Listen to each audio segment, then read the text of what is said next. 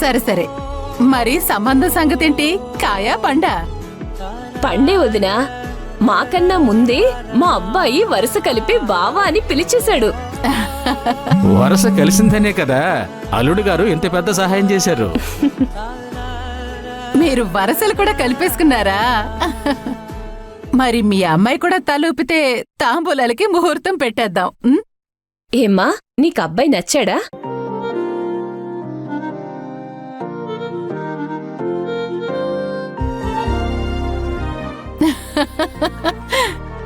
అదేంటి విషయం చెప్పకుండా వెళ్ళిపోయింది? కొంప తీసి ఇష్టం లేదా ఏంటి? రేయ్, వాకిట్లో ముగ్గు, అమ్మాయికి సిగ్గు అలంకారాలరా. నువ్వు చూస్తే అర్థం కాలేదా? ఆ, ఈ పెళ్లి చూపులు అనే ఎలక్షన్లో మన సత్యని ఏకగ్రీవంగా గెలిపించేసింది. అంతేగా అన్నయ్య గారు? అంతే అంతే. ఏంటి మంజు, ఇప్పుడు ఏమైందని అంత డల్లుగున్నావు? ఈ రౌడీగాడు చెప్తే మన సిఐ సారు ఎందుకు వదిలేమని చెప్పారు? మంజు, మనం పోలీసులం, దేవుళ్ళం కాదు. మనకు కూడా కొన్ని కండిషన్స్ ఉంటాయి. అయినా సిఐ గారు తల వంచింది రౌడీ కాదు, వాడి వెనకున్న రాజకీయ పలుకుబడికి. నీకు తెలుసు కదా ఈ సత్య ఎమ్మెల్యే మహానంది మనిషి అని. ఎమ్మెల్యే మహానంది గారు వీడు పట్టిన కుందేలుకి 3 కాళ్ళంటే కాదు కాదు, కుందేలు జాతికే 3 కాళ్ళుంటాయని చెప్పి వాదించే టైప్ అమ్మా వీళ్ళు. అలాంటి వారితో గొడవ పెట్టుకుంటే రేపు లేనిపోని తలనొప్పులు వచ్చి పడతాయి. అందుకే ఎంత సిన్సియర్ ఆఫీసర్ అయినా ఒక్కోసారి ఇలాంటి పొలిటికల్ రౌడీస్కి సైడ్ ఇచ్చేస్తారు. ఇలా రాజకీయ పలుకుబడి ఉందని రౌడీలందరికీ తల వంచుతూ పోతే ఇక ప్రజలకి న్యాయం చేసేదెప్పుడు? మంజు, ఒకప్పుడు వసుదేవుడంతటి వాడే గాడిద కాలు పట్టుకున్న కథ నీకు తెలుసా? తెలుసు సార్. ఇది కూడా అంతే. ఈ కాలంలో బతకాలంటే లౌక్యం తెలుసుండాలి మంజు. ఎక్కడ నెగ్గాలో కాదు, ఎక్కడ తగ్గాలో తెలుసుకుంటేనే మన ఉద్యోగానికి సేఫ్టీ, మన జీవితానికి సేఫ్టీ. పద.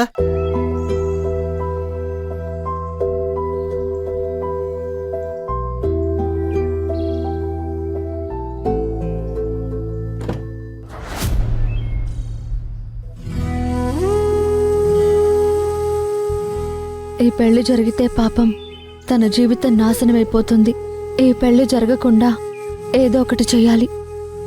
మంజు, ఏం ఆలోచిస్తున్నావు? త్వరగా ఎక్కు. ఒక నిమిషం దాసన్నా.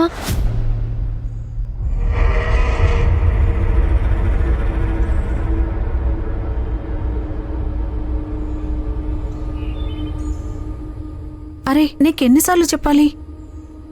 కాస్త నా పరిస్థితి కూడా అర్థం చేసుకో. అమ్మ వాళ్ళకు కూడా అబ్బాయి బాగా నచ్చాడు.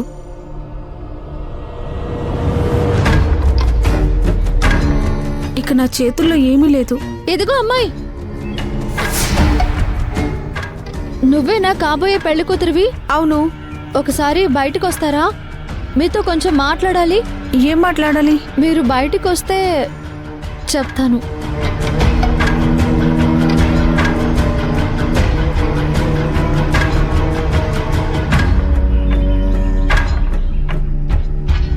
ఆ అబ్బాయిని చూసారా?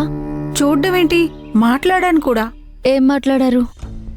మేము ఏమైనా మాట్లాడుకుంటాం. అవన్నీ మీకెందుకు చెప్పాలి?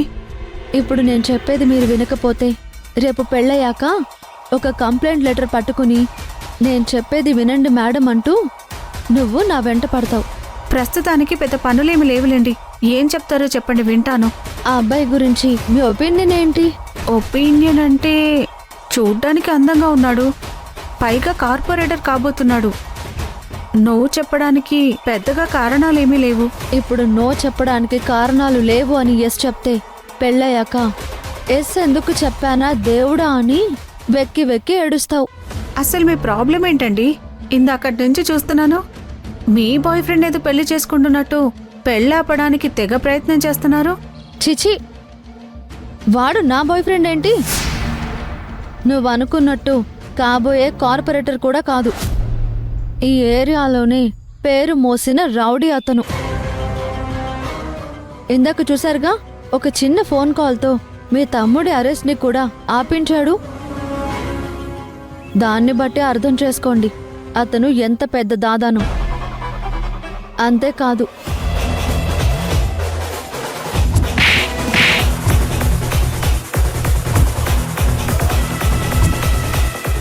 నేను చెప్పాల్సింది చెప్పాను. ఇక నిర్ణయం మీ ఇష్టం. ఉంటాను.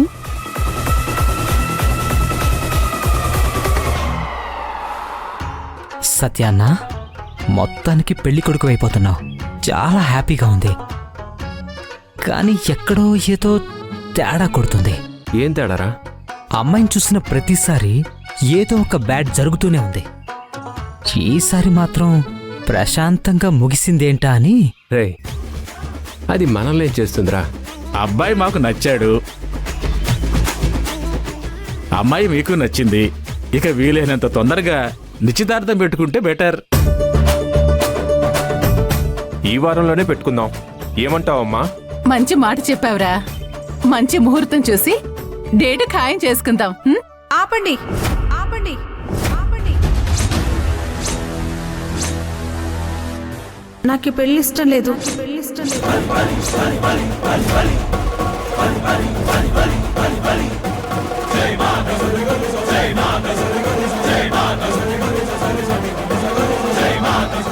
ఇది పెళ్లి నాపడానికి వాడే డైలాగ్ కదా. ఈ మధ్య పెళ్లి చూపుల్లో కూడా వాడుతున్నారా?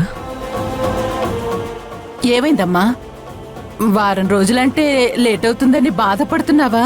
పోనీ రేపటి ఎల్లుంట్లో ముహూర్తం ఉంటే పెట్టించేయమంటావా? అసలు నేను ఈ పెళ్లి వద్దంటుంటే మళ్ళీ ముహూర్తం అంటారేంటి?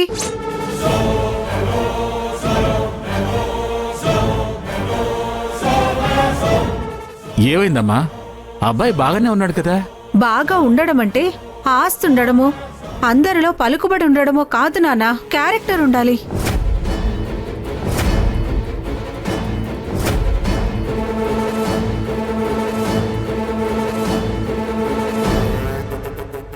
అంటే నా కొడుక్కి క్యాటరింగ్ లేదా? క్యాటరింగ్ కాదత్తయ్య, అది క్యారెక్టర్. ఏదో ఒకట్లేవే. చెప్పు, నీ సంగతేంటి? ఇందాక బాగానే ఉన్నావు కదా.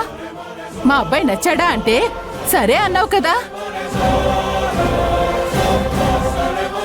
వంటగదిలోకి వెళ్ళొచ్చేసరికి మాట మారిపోయింది. అసలేంటి విషయం? రూపా, నీకిష్టం లేకపోతే మేం బలవంతంగా ఈ పెళ్లి చెయ్యం. అందుకేదైనా బలమైన కారణం ఉండాలి కదా. అది వాళ్ళకు అర్థమయ్యేలా చెప్పాలి కదా. నేనెందుకు వద్దంటున్నానో వాళ్ళకు బాగా తెలుసమ్మా. అరే, తెలిసిన విషయమే మళ్ళీ మళ్ళీ అడగటానికి నేనేమైనా పిచ్చిదాన్నా? నీ మనసులో ఏముందో మాకెలా తెలుస్తుంది? ఓ అవునా? అయితే మీ అబ్బాయి ఒక రౌడీ అని మీకు తెలీదా?